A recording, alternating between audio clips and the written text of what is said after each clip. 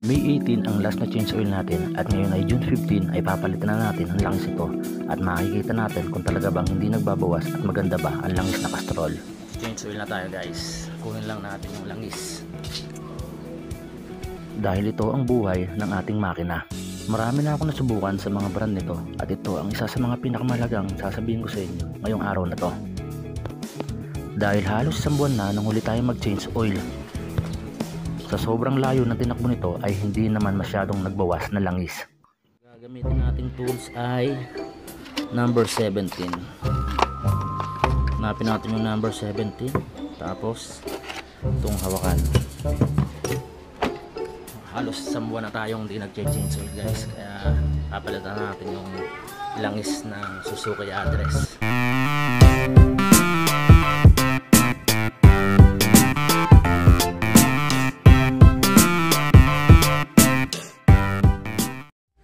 Nagpalit na pala tayo ng bagong gulong nito. Ayan, R8 9090 yung size.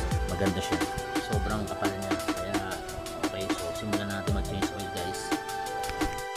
Siyempre kailangan natin i-drain yung langis para matanggal natin yung luma.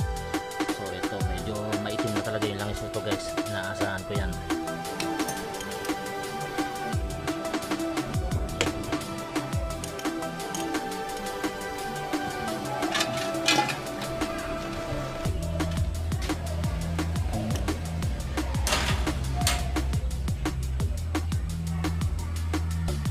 Grabe, sobrang itim ng langis guys. Halos mag-iisang buwan na rin tayong hindi nag-change oil. Kailangan ng maayos na posisyon ng ating motor para maka-access tayo sa drain plug upang hindi tayo mahirapan tanggalin ang mga tornilyo nito.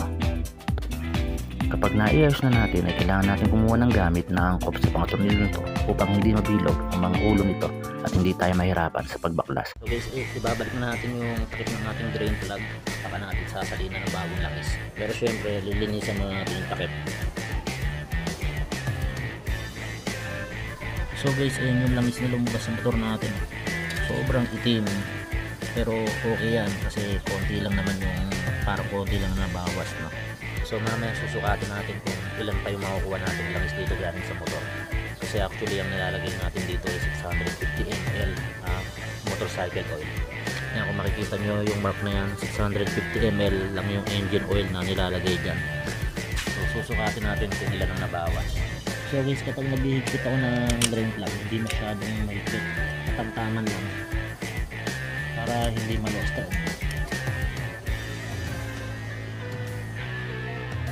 Guys, suwalit na natin yung 600 ml.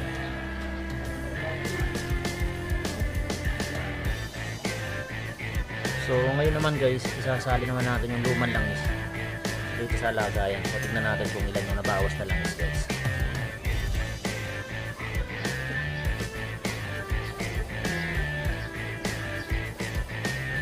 So guys, kung mapapansin nyo, ayan o, ito ang 500 ml. Tapos ito yung 750 ml. Halos nasa gitna siya. Siguro ito mga 650 ml pa rin yung laman na nakakuha natin sa motor. So guys, halos walang nabawas na langis dito sa Castrol na ginamit natin guys. Ibig sabihin, napakaganda nito, hindi siya nagbabawas guys. Highly recommended. Araw-araw ay nakaka 150 kilometers per day tayo, kaya masyadong marami at malayo na ang tinakbo nito. Kapag ganito talaga ang tinakbo ng motor mo, ay siguradong iitim talaga ang langis ng motor mo. Ang kagandahan ng langis na to ay hindi basta-basta nagbabawas kahit gaano kalayo at mainit man ang panahon. So guys, halos isang buwan na yung langis natin bago natin napalitan. Nakita natin halos walang nabawas.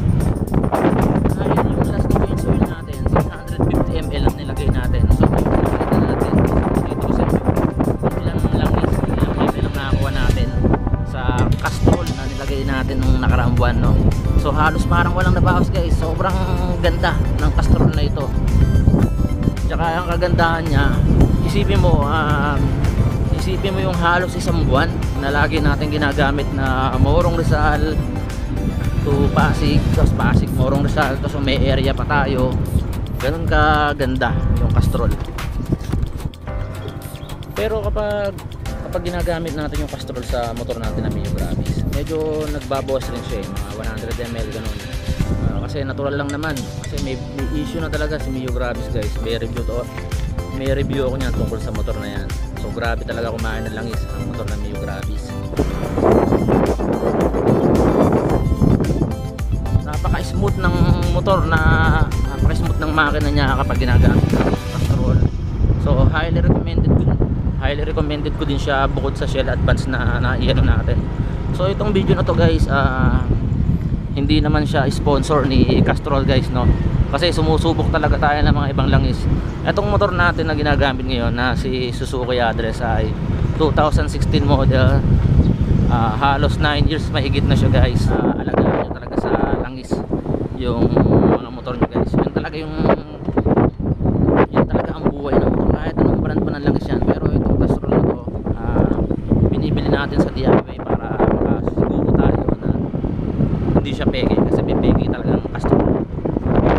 Tapos guys, siguro tatapos ko yung video ko dito. Maraming salamat sa nanood.